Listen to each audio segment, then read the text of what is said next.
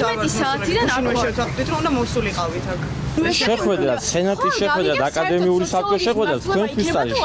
ტარდება, ჩატარდება, დამთავრდება და გამოვა და გეცოდინებოთ ყველას ეს ინფორმაცია. უნივერსიტეტის ცენტრალური კარი დაკეტეს, თათადარიგოს შესასვლელთან კი დაცვის გაძლიერებული კორდონი ჩააყენეს. ასეც ცდილობდა რექტორი სამუშია დღეს ორი დიდი უნივერსიტეტის გაერთიანების მოწინააღმდეგეებისთვის შენობაში შესვლა დაებლოკა. როგორც ჯავა სამუშია დამტკბილდა, შემოდით რამოდენიმე წუთით ადრეო გადავწყვიტოთ ვინ შევასწავლოთ.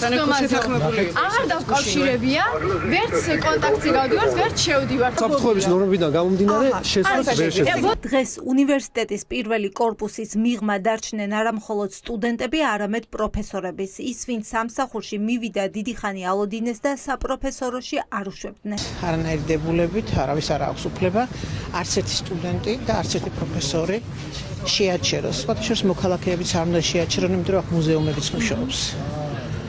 და არ ვიცი, რაღაც განსაკუთრებული ინტერესია რომ არ შევიდეთ. ქვეყნის ორ ყველაზე დიდ უნივერსიტეტში დიდმა პროტესტმა იფეთქა და ვნებათა ღელვა უკვე რამდენიმე დღეა არ ცხრება. გაერთიანება არ უნდა არა მხოლოდ ტექნიკურ უნივერსიტეტს, არამედ ჯავახიშვილის სახელობის პირველ ქართულ უნივერსიტეტსაც, რადგან ყველა ფიქრობს, რომ დიდი საფრთხეა. დღეს ცნობილი გახდა, რომ ქართულმა ოცნებამ უნივერსიტეტებს გაერთიანების შესახებ ორი სატელეფონო ზარით შეატყობინა.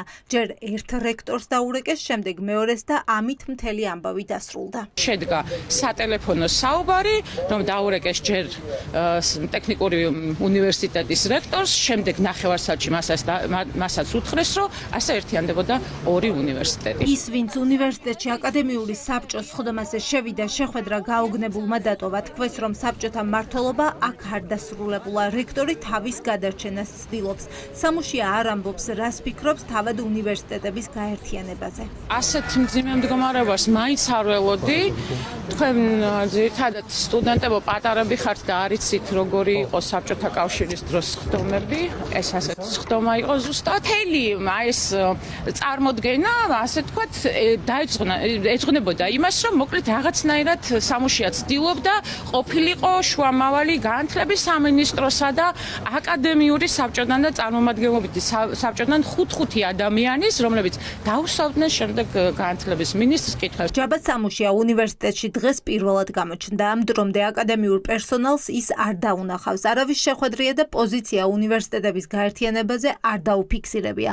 ჯაბა სამუშია არც დღეს შეხვდა ყველას. დაიბარა წარმომადგენლობითი და აკადემიური საბჭოს წევრები, შერჩევით სტუდენტებიც. ინფორმაციის ნაკლებობა შეიძლება არის რაღაცის მიზეზი, მაგრამ ფაქტია, რომ ამ ეტაპზე გაერთიანების მომხრეები ნაკლებად არიან და პირიქით გამოითქვა აზრი, რომ უფრო მეტი განმარტებითი საუბარი და განმარტებითი დიალოგი და დისკუსიები არის საჭირო. უმაღლესი განათლების რეფორმასთან დაკავშირებით საუბრები მას ჰქონდა, თქვათ, სამინისტროში, მაგრამ ამ საუბრებში არასდროს არ იყო მანამდე გაჟღერებული ამ ორი უნივერსიტეტის გაერთიანების თემა. თავარ უნივერსიტეტში დიდი დაბნეულობაა. ლექტორებმა არ იციან ვინ, როდის და რატომ გადაწყვიტა აკადემიური პერსონალის და სტუდენტების გარეშე უნივერსიტეტების გაერთიანება. პოზიცია როგორია, რამდენად სწორია თესეუს ტექნიკური უნივერსიტეტის გამოგვიანებით, როცა ჩვენს გავერკვევით, მადლობა. საქმის კურსში არიყავით ოფიციალურ განცხადებამდე, თქვენც არ იცოდით? ხო, პასუხი გაგიცით, მადლობა. კარგი მიზნის დანახვა აქ ძალიან რთულია. შესაბამისი მუშაობის გარეშე ასეთი სერიოზული საკითხის გადაწყვეტა ცხადია იქნება დამაზიანებელი. მიზანი რომც არ იყოს მათ განზრახვაში დამაზიანებელი, ასე მოუფიქრებლად, ასე ნაუცბათევად ამის გაკეთება ყველა შემთხვევაში იქნება. ინფორმაცია მივიღეთ მედიიდან, ღია წყაროებიდან, უშუალოდ რექტორისგან ჯერ არაფერი მიგვიღია. და მეც მაინტერესებს ძალიან ბევრი რამე. ლექტორებში ცრული თანხმობა არ არის. არიან ისეთები, ვინც ფიქრობს, რომ უნივერსიტეტების გაერთიანება დახურულ კარს მიღმა უნდა გადაწყდეს. ქალი, ვინც უნივერსიტეტების გაერთიანების მომხრეა და ვისაც კრიტიკული მედია აღიზიანებს, როზედა გუჯეჯიანია, რამინა ბერიძის და თეა წულუკიანის ახლო მეგობარი. სიტუაცია არის თბილისის სახელმწიფო უნივერსიტეტთან შესასვლელთან. თქვენ აკადემიური საბჭოს წევრი ხართ? რა გნებავთ, რა უფლებით მოდიხართ აქ და სიმშვიდეს გვირღვევთ? სიმშვიდე აი, რა უხდები? ვინ გირყვევთ ჩვენი ტელევიზია გადასაწყვეტია უნივერსიტეტი ერთიანდება და ჩვენი გადასაწყვეტია აკადემიური შემადგენლობის და სტუდენტების თქვენი საქმე ეს არ არის. მედიის ვალდებულება არის გაშუქება მედია თქვენ ლექტორი პარტიული სამარცხვინო მედია არ ახართ. თქვენ ხართ სამარცხვინო რომ ორი უნივერსიტეტი ერთიანდებოდა. სტუდენტებს დღეს დიდი ძალა დასჭირდათ, რომ რამდენიმე წარმომადგენელი შეხვედრაზე შესულიყო. წვიმაში 3 საათიანი ლოდინის შემდეგ რექტორმა მათთან შეხვედრაზე თანხმობა თქვა. ოღონდ შეარჩიეს მხოლოდ 5 წარმომადგენელი. საკმაოდ დაბნეული იყო.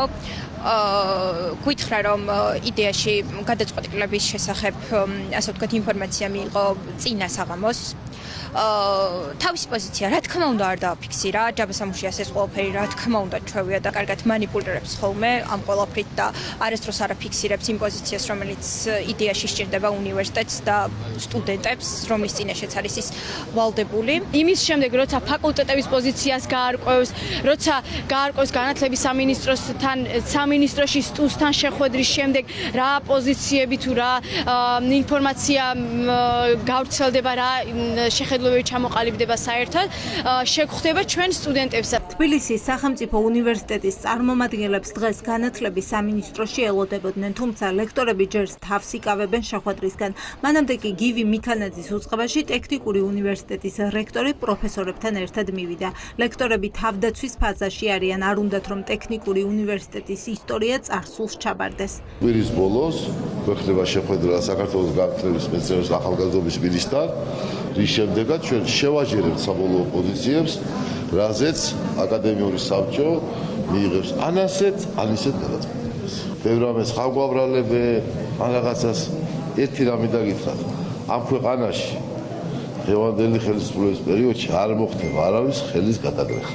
იქნება ისე, როგორც ამას ითვალისწინებს კონსტიტუცია, კანონი და უმაღლესი განათლების. გვაქვს ჩვენი ნიშა, თბილისის სახელმწიფო უნივერსიტეტს აქვს თავისი ნიშა და ჩვენ ამ რეფორმის განხორციელება არსებულ მდგომარეობაში ძალიან წარმატებით შეგვიძლია განვახორციელოთ და ამას არ ჭირდება ჩვენი საზრით გაერთიანება. უნივერსიტეტების გაერთიანების მტკივნეული პროცესი დაწყებულია, როგორ დასრულდება ჯერ არავინ იცის. განათლების სამინისტროში კი შეხვედრები გაგრძელდება. ლექტორები ცდილობენ დაამტკიცონ, რომ უნივერსიტეტების გაერთიანება უფრო მეტად მავნებლურია, ვიდრე მოგებიანი.